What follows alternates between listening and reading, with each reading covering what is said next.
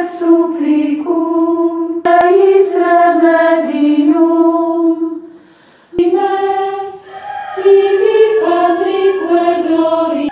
Amen.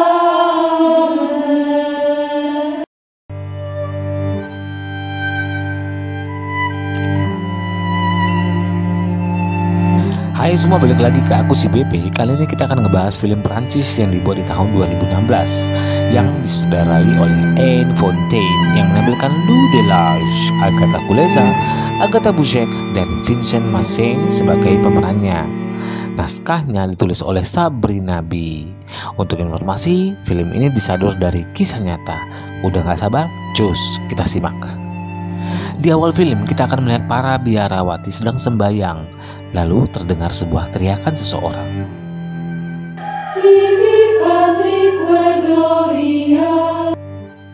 Lantas ketika selesai terlihat seorang suster yang mencoba keluar dari sana secara diam-diam untuk mencari bantuan medis. Dan dia berjalan menyusuri hutan.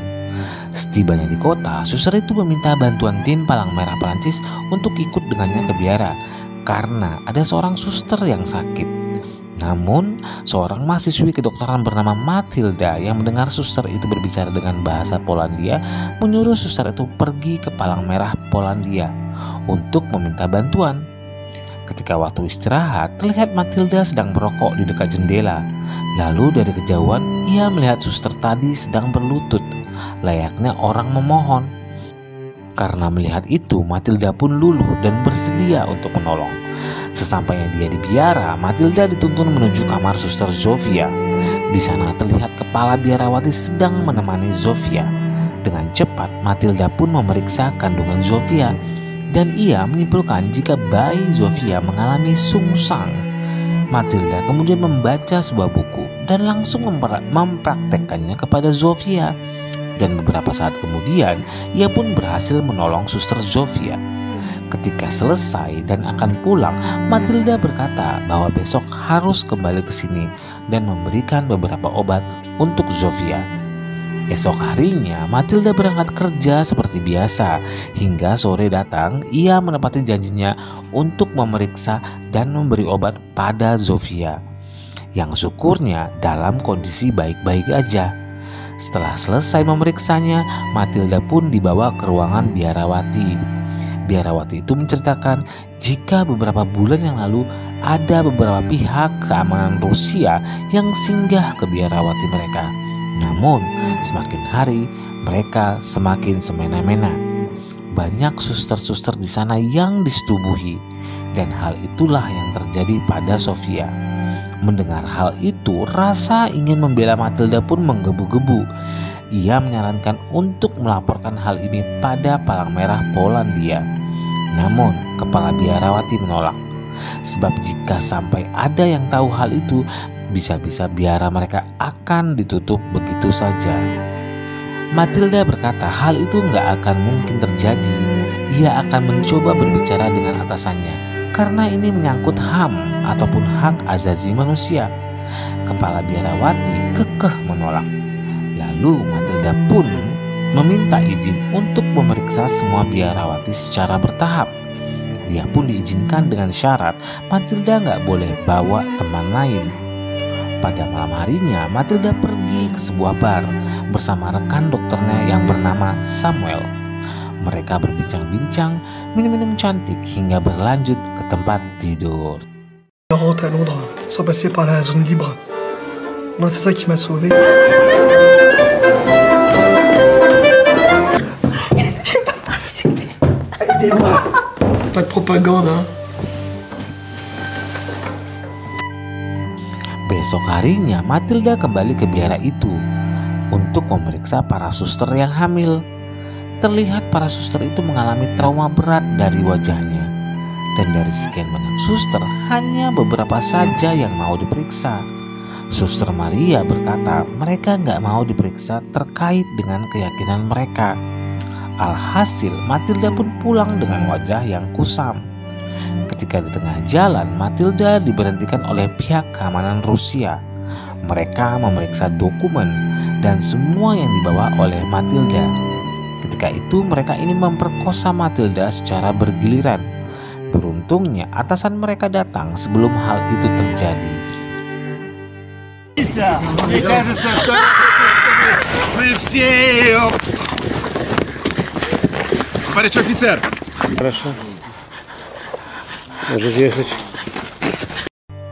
Sang atasan menyarankan agar Matilda kembali ke biara dan pulang lagi saat matahari sudah bersinar.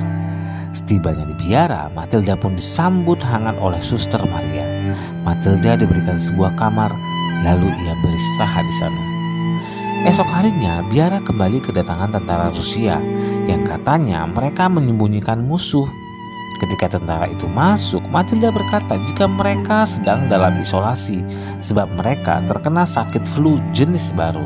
Setelah mendengar itu, tentara itu pun keluar dari biara karena mereka takut tertular.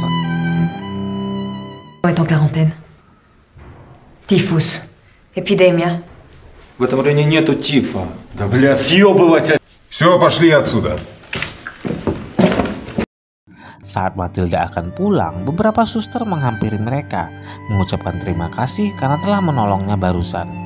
Dan oleh karena kebaikannya itu, mereka pun mulai menerima kehadiran Matilda.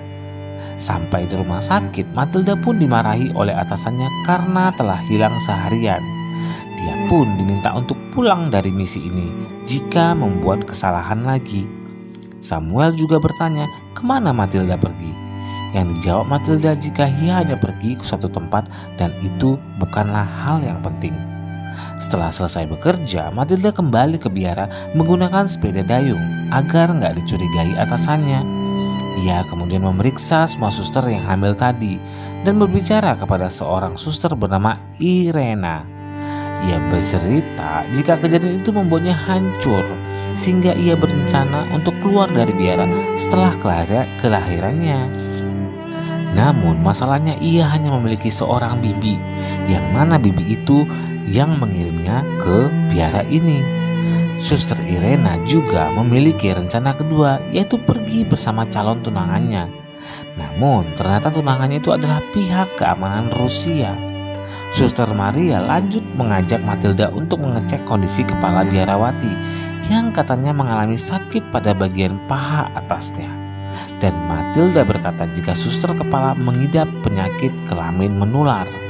Dan untuk memastikannya, Matilda ingin melakukan pemeriksaan lebih lanjut. Kepala biarawati langsung menolak pengobatan dari Matilda. Hari-hari pun berlalu, Matilda pun semakin akrab dengan suster-suster itu.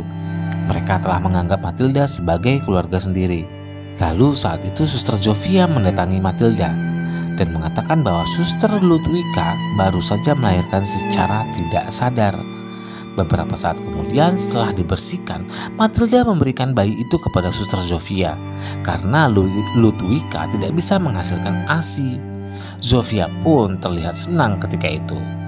Ketika di rumah sakit, atasan Matilda mengumpulkan semua dokter dan perawat. Ia mengatakan dalam waktu dekat mereka akan mendapatkan tugas baru karena tugas mereka di Polandia sudah selesai. Matilda pun tampak sedih karena harus berpisah dengan biarawati-biarawati yang telah dianggap seperti keluarganya kedua.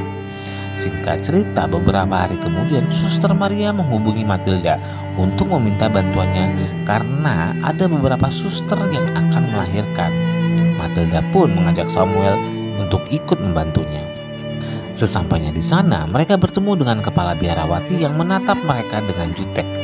Mereka pun akhirnya mulai membantu biarawati yang akan melakukan persalinan. Saat itu Zofia sedang berada di dapur dan gak sengaja ia melihat kepala biarawati keluar membawa anak Suster Ludwika. Dan betapa terkejutnya Zofia ketika tahu jika selama ini kepala biarawati hanya meletakkan bayi itu di pertigaan jalan. Perasaannya benar-benar hancur. Ia hanya bisa menangis selama perjalanan pulang. Ketika Suster Maria berjalan ke dapur, ia mendengar sebuah teriakan seseorang. Dia pun lantar memeriksanya dan ternyata Suster Zofia melakukan bunuh diri. Matilda dan Samuel pun langsung memeriksanya. Namun sayangnya Zofia telah berpulang. Setelah kepergiannya, Suster Maria pun pergi ke rumah Zofia, bertemu dengan bibinya mengabarkan tentang kematiannya. Maria juga memberikan sarung tangan untuk bayi Zofia yang katanya dititipkan pada bibinya itu. Mendengar hal itu, sang bibi kebingungan dan terungkaplah sebuah fakta bahwa kepala biarawati tidak pernah mengantarkan anak Zofia ke rumah bibinya. Ia melakukan hal itu demi kelangsungan biara agar tidak ditutup. Mendengar pengakuan itu, Suster Maria jelas marah dan sedih di saat yang bersamaan. Hari kepindahan Matilda pun semakin dekat, namun mereka belum juga menemukan solusi untuk anak-anak mereka. Suster Maria dan Suster Anna pun akhirnya menceritakan semua yang udah terjadi. Mereka bahkan sampai menginap untuk memecahkan masalah ini. Lantas beberapa hari kemudian, ketika itu para suster sedang menyantap makanan mereka. Matilda dan Suster Maria pun datang dan membawa anak dari sebuah panti. Maria dan Matilda berkata untuk melindungi biara serta anak-anak mereka. Mereka membawa anak-anak panti untuk diurus dan dibesarkan di biara tersebut sebagai bentuk kepedulian mereka. Dan hal itu bertujuan untuk tidak menimbulkan kecurigaan dari pihak pemerintahan. Matka znalazła już rodziny dla przyszłych noworodków. Proszę powiedzieć. Zgubiłam siebie, żeby was ocalić.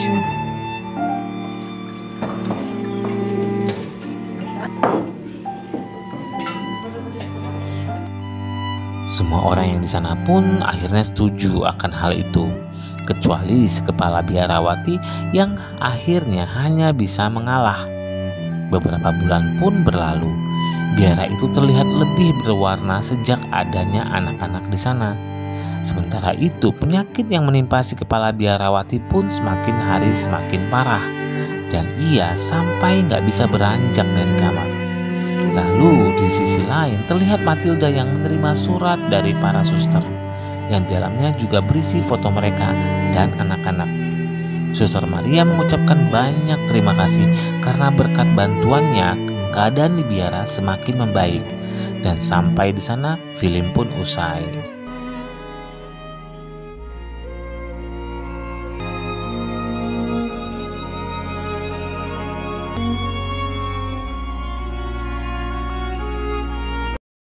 Gimana menurut kalian? Bagus nggak filmnya? Silahkan tuliskan di kolom komentar mengenai pendapat kalian tentang film ini. Kalau kalian suka dengan ulasanku kali ini, silahkan di-share ke teman-temannya biar mereka juga bisa menonton ini. Jadi berbagi gitu, karena berbagi itu indah. Terima kasih yang udah menonton. Aku doakan semoga semuanya sehat dan selalu dalam lindungan Tuhan. Amin. Akhir kata aku ucapkan have a nice day and bye-bye.